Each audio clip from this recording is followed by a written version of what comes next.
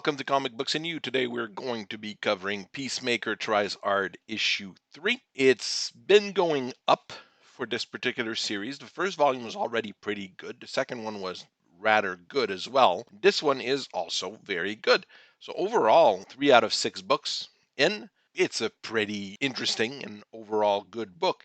So that would be a good buy for most people if you like the character or you like a half decent comedy overall. In here, we do see Christopher Smith, Peacemaker, at probably one of his lowest points. We do always see him in a low point as well when he was a kid. So we get a good idea of where some of his trauma comes from. We do see him survive a short range blast from a heavy machine gun, even with a reinforced bodysuit. I'm pretty sure that would have turned you into hamburger.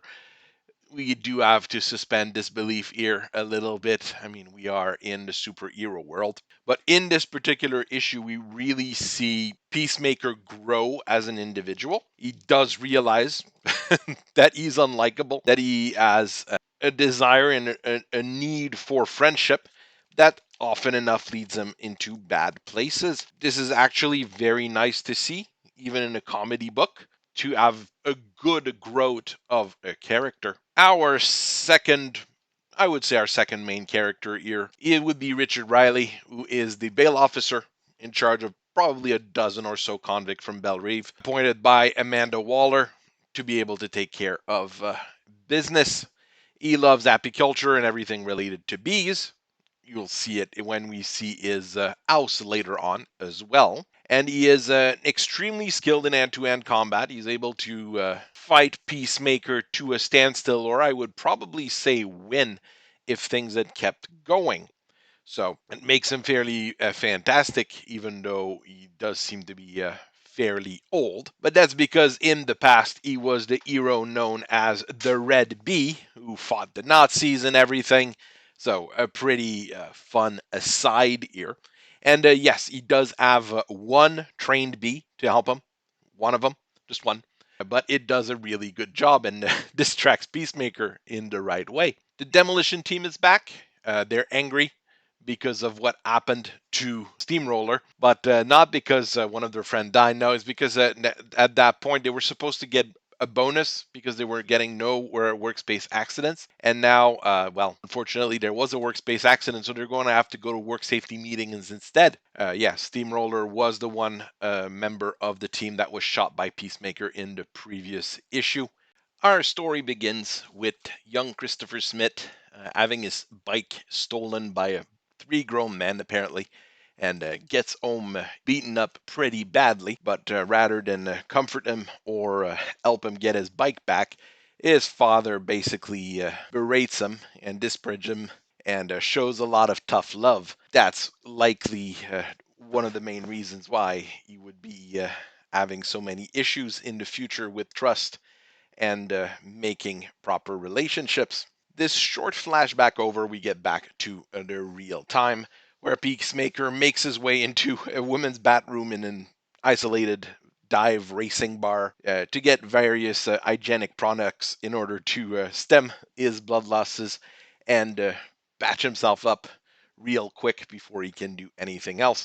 Of course, the local drunks and day drinkers kind of look poorly on him for doing so, but it's what happens. Coming out of that bathroom, he orders 3 orange juices. Probably would have gone with milk here for protein and for calcium. Probably more useful than orange juice to recover from that kind of injury. But later on, he needs the orange juice for something. So that's just how it is. And he opens up about his issues with friendship, human contact, and states very clearly that he has become aware that he is incredibly unlikable. Of course, when the barmaid asked, "Are you okay, sir?" it was mostly due to the fact that his entire left side is taped up with sanitary napkin and a tampon through a bullet wound. But hey, I think his problems are far more psychological than physical at that point. Local drunks kind of dig into him, especially Delton, who's the front guy in that group there. And they give him a bit of a dressing down, saying that he's a supervillain because he went into the women's bathroom. Peacemaker does give them a good reply to that as well, a fairly sensible one. But their discussion is interrupted by our friends at the demolition crew that break into the bar and start yelling at Peacemaker. They really are mad because of that workplace accident. They'll have all sorts of workplace safety meetings and things like that to take care of now. It's far more of a problem than losing their friend, from what you read in those text bubbles. Peacemaker, as Delmont,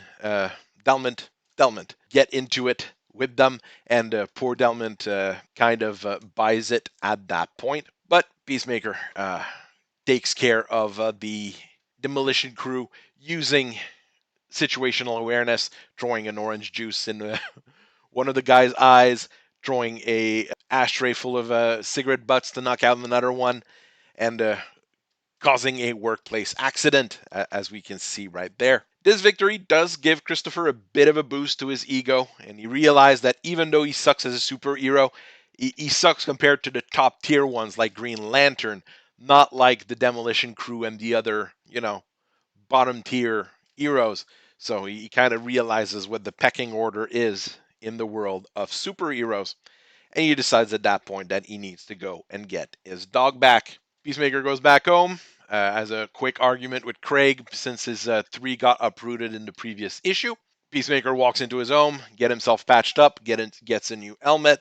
But as he is leaving, Richard, the bail officer from Belle Reve, shows up and wants to take him back in for crossing state's line, which is against his probation. You do get a fairly nice fight scene between Richard and Peacemaker here. Actually lasts a few pages and shows of course, how Richard is fighting using what seems to be Aikido, basically dodging and striking at the same time, using flowing motions rather than brute power like Peacemaker is trying to do here. It also shows the bee helping out Richard during the fight as he gets grappled by Peacemaker. At the end of the fight, Peacemaker says, like, I just want to go save my dog. And it seems that Richard changes his mind at that point about taking him in because he gets the explanation as to what is going on. Richard gets on his red bee costume, which might be a little bit antiquated,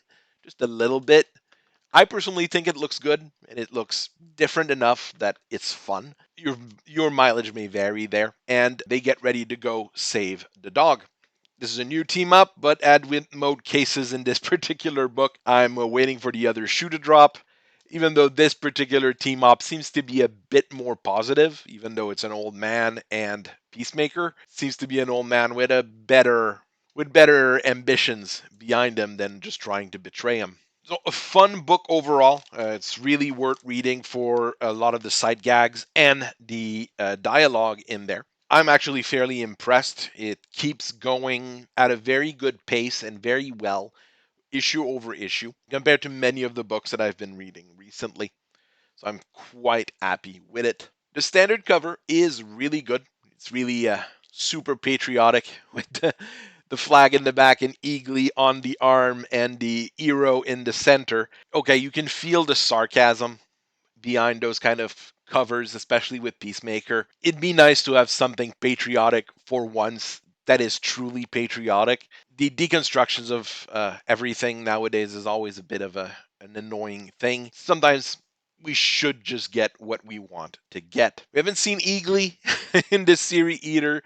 It's a bit sad because it's fun to have that weird backup bald eagle helping someone out, but it would break the beat of the story, and which is a story about abandonment and about loneliness for Christopher Smith. It's nice to see it on the cover there. Really attracts the eye. It's got good composition and good positioning on there. I would say a fairly effective cover. It would drive people to grab the book, hopefully, but it doesn't show or say much as to what is going to happen in the book. So that bit, not as strong. Our alternate movie poster cover, which I didn't get in this case, is pretty good as well, but not as fun as the one we had in the previous one, which was Mala and Peacemaker together back to back in a really classical Hollywood way. Here, Peacemaker tries hard, the trying increases, all pain, no gain. It it sounds silly and stupid enough that it would work. I'm happy with this particular cover. It does show a broken beer bottle on Peacemaker's head. Doesn't quite reflect what we see in the story, but a little bit more than the standard cover. Not terrible, not awful. It's an effective cover as well because of the format as a movie poster. Again, I still don't understand how a book can have the good quality paper, the good quality cover, and everything, while the mainline books are done with baking paper and cheap paperbacks, especially since both books are at the same price point. Maybe just up the grade of the paper by one for the standard books and have all the cover be the cardboard covers. Wouldn't be a terrible idea for DC and Marvel and everybody. Okay, just give us decent quality books. So even if we bag and board them, they keep in very good condition for an extended period of time. As far as ad in there, there's quite a few, and it's a bit varied. It's actually a bit different than some of the other books that I've seen. We have an ad for Warner Brothers Studio Tour. Sure, that's giving money from the left pocket to the right pocket still. It's still all internal. But I didn't know Warner Brother was doing actual tours of their facilities. Could be a fun thing to do one day, depending on if Warner Brothers is still open. And maybe we'll get to go into Water Tower and meet Yakko, Wacko, and Dot.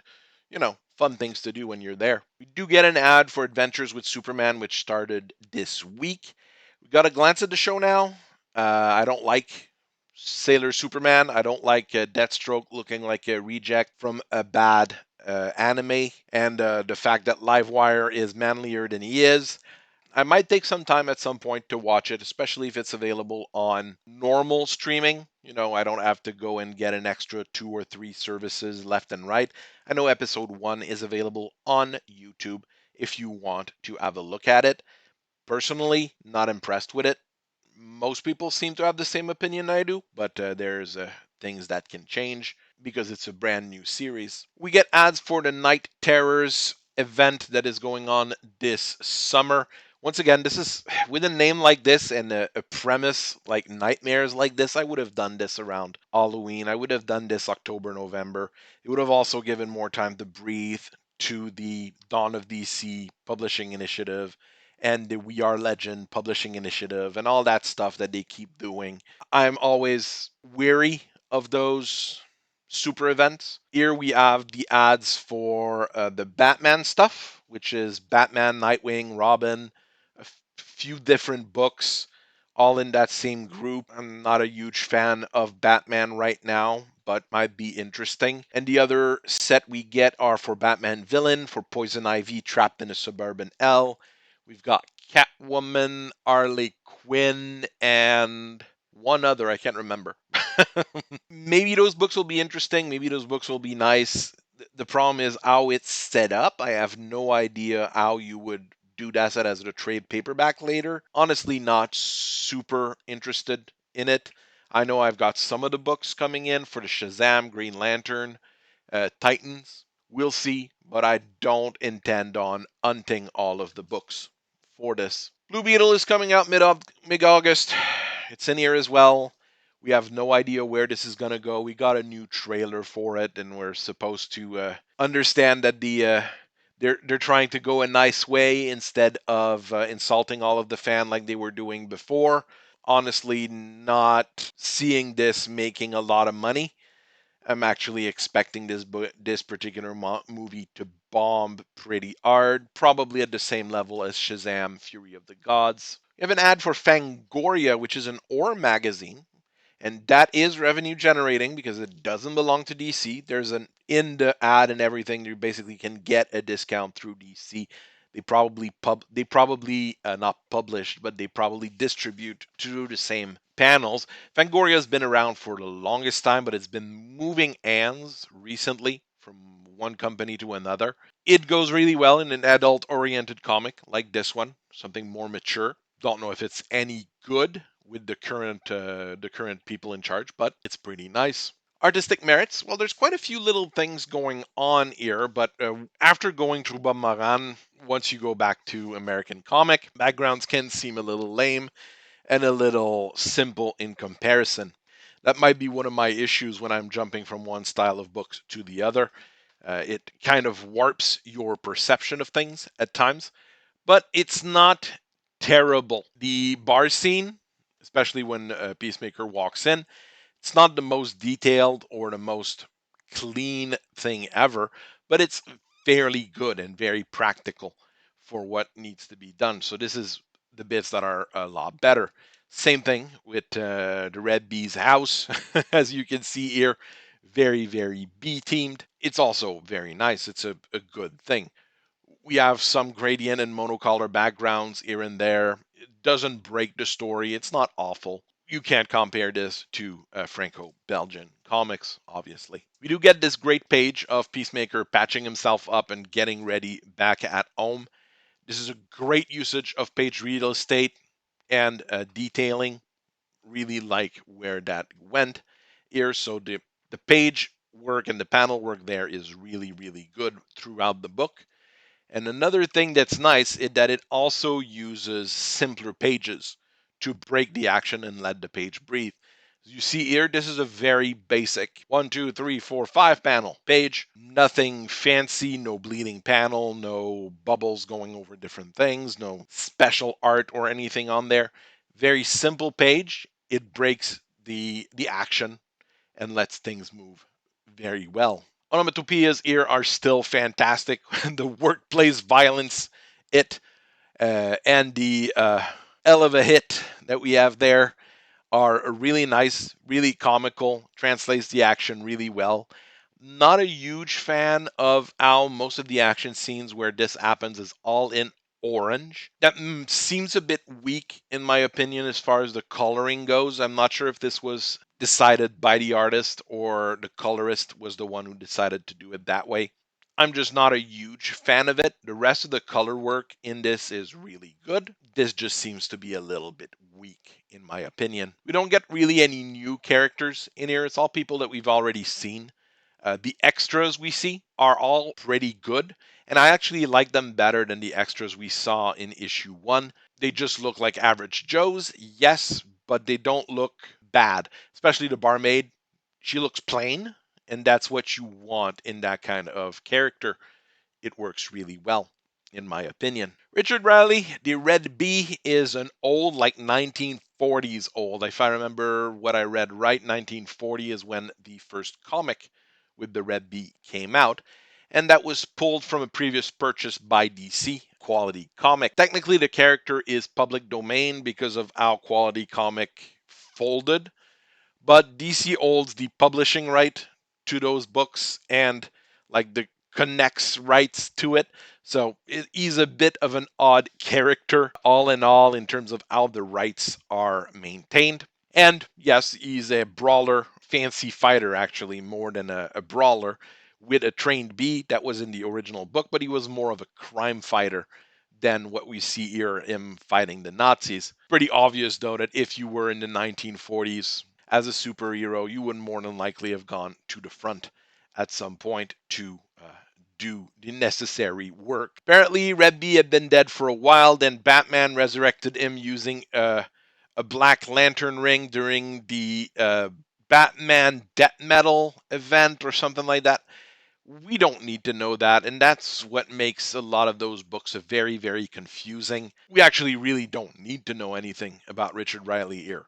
We just need to know that he's the Red Bee and that he's a parole officer for Belrave and do what he can from there. I don't think we need to know more about him unless he becomes a staple. And it wouldn't be a bad staple to have a parole officer as a good guy in a way. It's nice to have that kind of character around. It's incredible how much character growth and character development we have in Christopher Smith since the start of this series.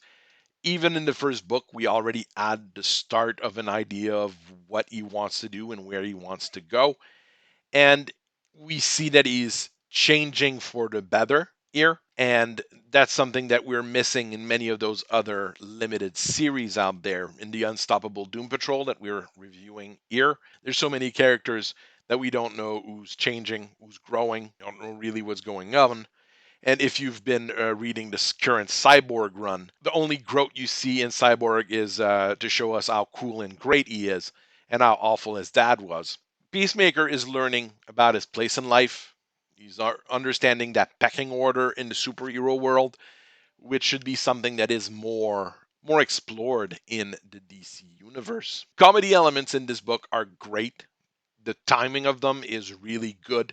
Same thing with the action bit. The action bits are really nice. They work for what they need to do and they fit in with that comedy that they're trying to introduce as well. This is a good book series as an addition to the resume of both the artist and the author of this. And hopefully they work again on other Black Label comedies like these or do their own indie comic thing because that's more where things should be now. I don't know the real history behind those artists. I just know that they have been working for Image, for DC. They've been working around the place quite a bit. They're not absolute unknowns, which is a good thing. And I think they would deserve a continuation of this series or continuation of this kind of work. Peacemaker's dad being an absolute asshole is not unexpected. That's what we kind of know from him. Even just reading through this series, about the only good thing he's ever done for his son is make him a bunch of helmets, it seems. That tough love approach to raising kids doesn't work. Okay. Yeah, you learn that when you have kids and when you sometimes have to go and talk to people. They would lead to a lot of mental issues, traumas, and it explains how Chris reacts to everything in life, which is kind of sad. It's really nice to see, once again, a parole officer being a superhero and being nice about it. He's just doing a job, obviously, and he's doing a job against the odds since he doesn't have any meta-human powers. He's not super powered. He seems to have a really good core overall. I don't know where this is actually going to go because the other shoe will more likely drop at some point. But it would be nice, like I keep saying, to have more characters like these in especially in those deconstruction style comics like these, to have that one person who's actually good, who's actually wanting to do good, and people gravitate towards them and better themselves because of it. We do also see that Amanda Waller doesn't have a very high esteem for Peacemaker, saying that he's about as sharp as a wet bag of wet mices. Okay, it's true. He is not the sharpest light bulb in the drawer, and it kind of fits Amanda Waller's personality. This is a book that's really well paced and split in the three necessary scenes with the flashback, the bar scene, and the meeting up with Richard scene at the end. The flashback is not overly long, and it's a bit of tell don't show, but what is shown here is what's important. We see that Chris's dad is the reason he's having so many self-esteem and ego issues. That's what really needed to be shown, less than the action of him losing his bike. The bar scene is where we have the character growth of Peacemaker. It's introspective while comedic at the same time with a good action set piece. All of it is tied really well together. Our confrontation between Peacemaker and Raid B is another good example of show don't tell because it shows us Richard's ability even when he tells us that he has only one train B and Peacemaker is kind of confused by it. We get shown what it is before we get the actual definition of what's going on. And it also shows that he is a kind individual wanting to help Peacemaker go and rescue a dog because I think what he says is who wouldn't put everything down to go save a dog. I would have liked to see young Chris's bike get stolen personally, and I would have also loved to see Peacemaker's dad kick the living shit out of the thieves behind his son's back just for fun or just because they damaged his property. But this is wishful thinking, especially part number two. That would make Peacemaker's father a kinder figure than they want to show, and it would kind of mess things up a little bit as far as the story goes. This would be an interesting side note as far as the character goes. I would love this series to become ongoing. I would love once the 6 issues are done, them getting renewed for another 6 issues. Just keep the same characters, keep the same kind of concept of Peacemaker having to try to be a good human being. It would work better than Peacemaker being introduced in every single one of the other DC stories with barely any development or any story linked to him. You don't need to deconstruct Peacemaker in this particular series as an example because he's already deconstructed. He's already a deconstruction of the vigilante hero. What they're doing in this seems to be more rebuilding it and getting him ready for something more real in the future. As I was saying, Peacemaker is everywhere nowadays. But this is the only place where the characterization of the character is realistic, steady, and gives you some hope that he might be more than just a John Cena placeholder for everywhere else. The only thing that really makes these books black label is the language that we see in it, and well, some of the language is very flowery, let's say. But there's no hardcore violence, there's no gore, we get no sexual situations or anything in there. I'm not quite sure what to think of that. I've had more violent and more weird Franco Belgian comics in my days. Interesting overall that this is really regarded as black label, something that is not for kids at all. Kind of a failure in a way, but it's understandable as the Peacemaker TV series and Suicide Squad movie, from which this is basically taken from, is rated M, basically. This is the smarter way of doing a limited series, and I see it really nicely done as one comic over the other. Would work as a larger graphic novel or a larger book, but here it's actually fun to go one story at a time every month and just see where the character is going. It's fun to have that desire to have a new book every month rather than just give me the big book. I'll get done with the story, move on to something else. I have no idea how the sales are for this or if they're going to compile it in a trade paperback or anything. In the end, if you want a fun to read comedy, this is a strong recommendation for me, and it keeps getting better issue after issue. We'll see what issue 4, 5, and 6, but in my opinion, this is going the right direction. I hope you guys have a very nice rest of your day. I thank you for listening to me today. Keep on reading comics, keep on enjoying them. I'll keep analyzing them, and I'll see you all later. Bye bye.